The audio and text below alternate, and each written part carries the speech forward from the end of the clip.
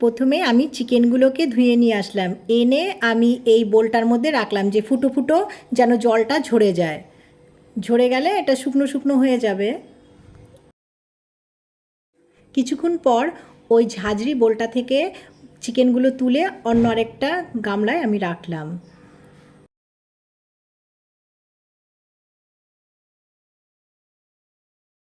এবার আমি এই চিকেনের মধ্যে নুন, হলুদ আর একটা লেবুর রস, পাতিলেবুর রস চিপে দিলাম যেন চিকেনে কোনো গন্ধ না থাকে। চিকেনে লেবুর রস মিশিয়ে দিলে গন্ধটা থাকে না।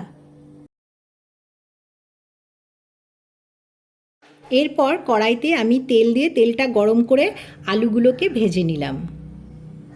এবার আলুগুলো ভাজা ভাজা হয়ে গেল। এবার আমি একটা গামলার মধ্যে আলুগুলো তুলে নিলাম। এরপর আমি তেলটা গরম করে গোটা গরম মশলা আর তেজপাতা দিয়ে একটু হালকাভাবে ভেজে নিলাম।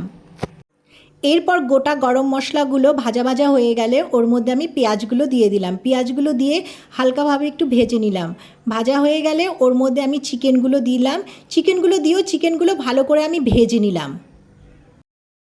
এরপর চিকেনটা ভাজা হয়ে গেলে আমি এর মধ্যে টমেটো কুচিগুলো দিয়ে দিলাম। টমেটো কুচিগুলো দিয়ে আরেকবার আমি একটু ভেজে নিলাম যেন টমেটোটা গলে যায়।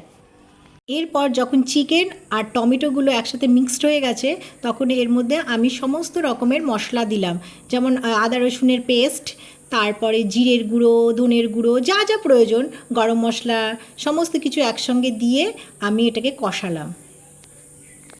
এরপর চিকেনগুলো যখন কষা হয়ে গেল এর মধ্যে আমি ভাজা আলুগুলো দিলাম, দিয়ে আরেকবার কষে নিলাম। এরপর চিকেন আলু কষা হয়ে গেলে এর মধ্যে আমি জল দিলাম। এবার আমি খুলে দেখলাম আমার আলুগুলো গলেছে কি না। দেখলাম হ্যাঁ, আলুগুলো গলে গেছে। এবার আমার চিকেন কারি রেডি। এবার তোমরা বলো তোমরা কিভাবে বানাও, আমি এভাবেই চিকেন তৈরি করি।